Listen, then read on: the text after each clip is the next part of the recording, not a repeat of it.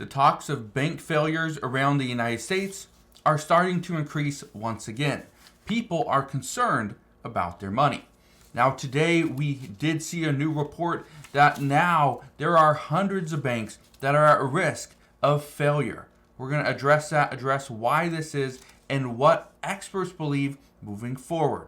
So I want to explain what's going on, how you can protect your money, and what every one of us should do just to be safe.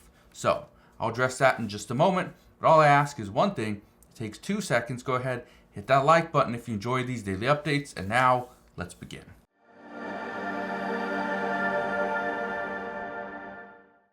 So why is there a new discussion about bank failures? What is going on? Well, it's because of a recent failure just last week, where most people had no clue that the bank was failing.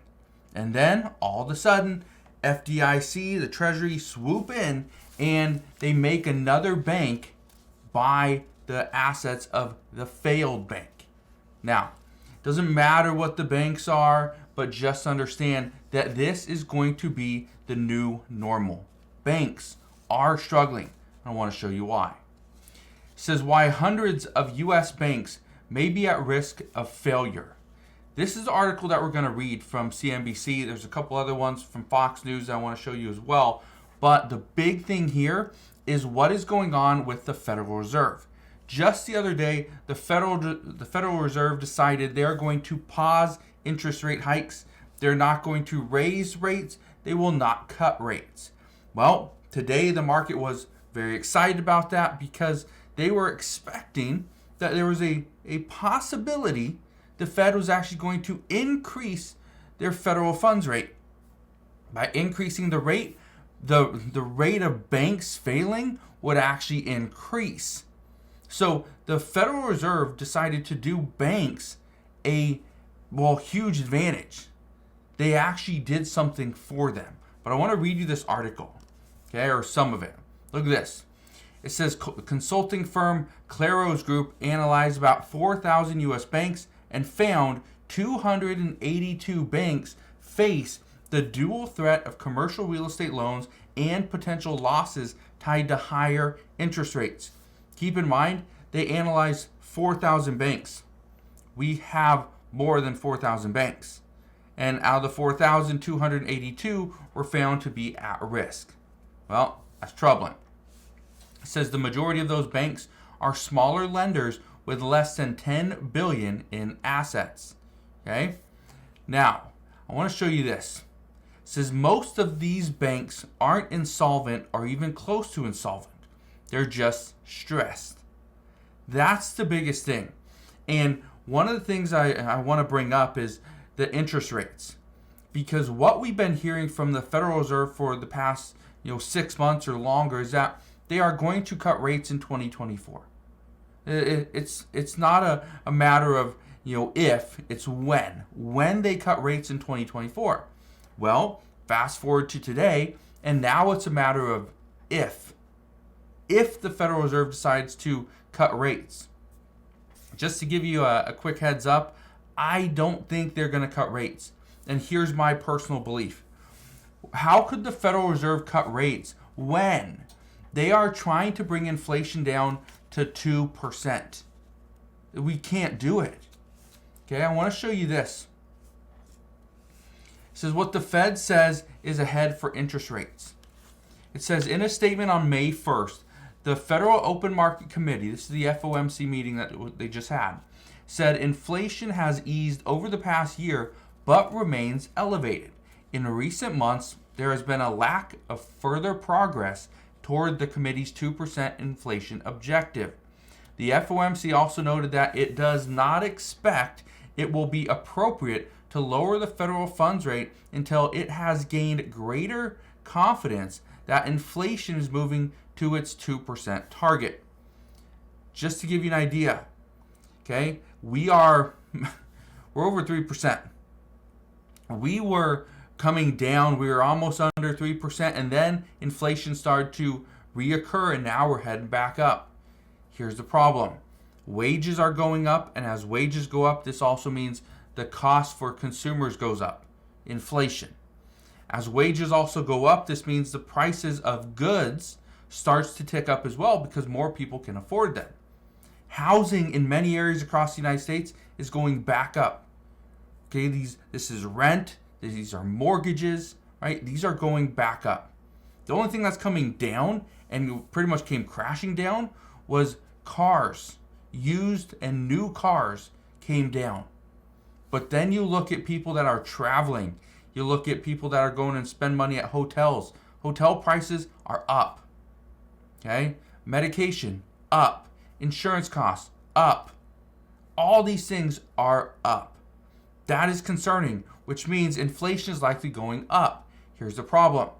The Federal Reserve, in order to actually complete this goal and to reach their objective, they need to raise interest rates, not lower them. Or what the Federal Reserve is going to do in order to try to prevent banks from collapsing and really seeing this failure is banks at this time, or the Federal Reserve at this time, is just going to pause interest rates. That is one of the reasons why many believe they are going to keep interest rates where they are at for much longer. They're not going to raise, not going to lower, but this is going to impact every single one of us. But I want to show you something.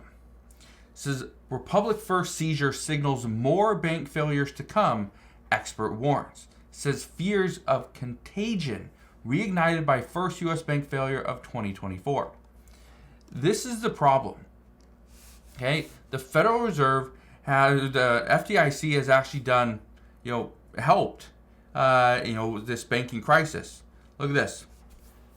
It says the FDIC quickly made a deal for Fulton Bank to buy Republic First assets. Here's what I think is interesting. FDIC swooped in and pretty much put a deal together before anybody knew what was going on. Okay? And by the next day, this happened on a Friday, and by Saturday, there were signs on the door that said this bank operated by Fulton Bank. If you had an account with Republic First Bank, guess what? You now had an account with Fulton Bank. If you had $200,000 in Republic First Bank, you now had $200,000 in Fulton Bank. They just changed it. That was it. But here's what I think is interesting. How quickly the FDIC jumped in order to make this happen. Okay? Normally it takes a couple days. It could take a week. This is something that FDIC, they know it was coming. Okay? The Treasury knew what was going on. The Treasury has been in talks with all these banks for many months, and now we're starting to see this unfold. I want to read you one last thing. It says regional banks have been struggling to retain deposits as customers seek the safety of larger, too-big-to-fail rivals, and higher interest rates have diminished the value of their loan books due to increased unrealized losses and lower commercial real estate values. The key here, though, is people are taking their money and they are running to the too-big-to-fail rivals. This is your Bank of America. These are your Wells Fargo, even though there's talks just earlier this week about Wells Fargo might be the bank that comes down next. That would be devastating to millions of people.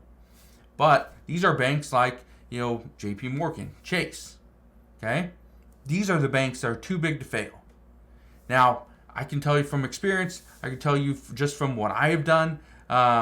Keeping all your bank in the small regional, local banks, it might not be the best move. Put some money in the big ones, in Bank of America. Put some money in Chase, because honestly, I don't think nothing's going to happen to Chase Bank. Okay, J.P. Morgan's just too big to fail. I don't see something happen there because the Federal Reserve or the Treasury would have to jump in. They are just way too big to fail. If J.P. Morgan Chase falls, millions of people are going to struggle. Businesses are going to struggle. We're going to see a huge collapse of the U.S. economy. So that's what's happening at this time. Okay, banks are poised to fail, and based off of what we've read, just from 4,000 banks analyzed, 282 are at risk of failing. So that number right there is somewhat scary because, again, we have more than 4,000 banks. But I'll leave you with that. Just understand that as of right now, what the Federal Reserve just did yesterday by pausing rates, this means that banks are not going to be saved, but at the same time, it shouldn't get worse yet. So as soon as we get more information as to what is going on, how this is going to impact you, I promise I'll come back on and share all the latest news and updates. But as of today, that is what we know. So again, thank you guys for watching. Consider subscribing, and I'll see you guys on the next one.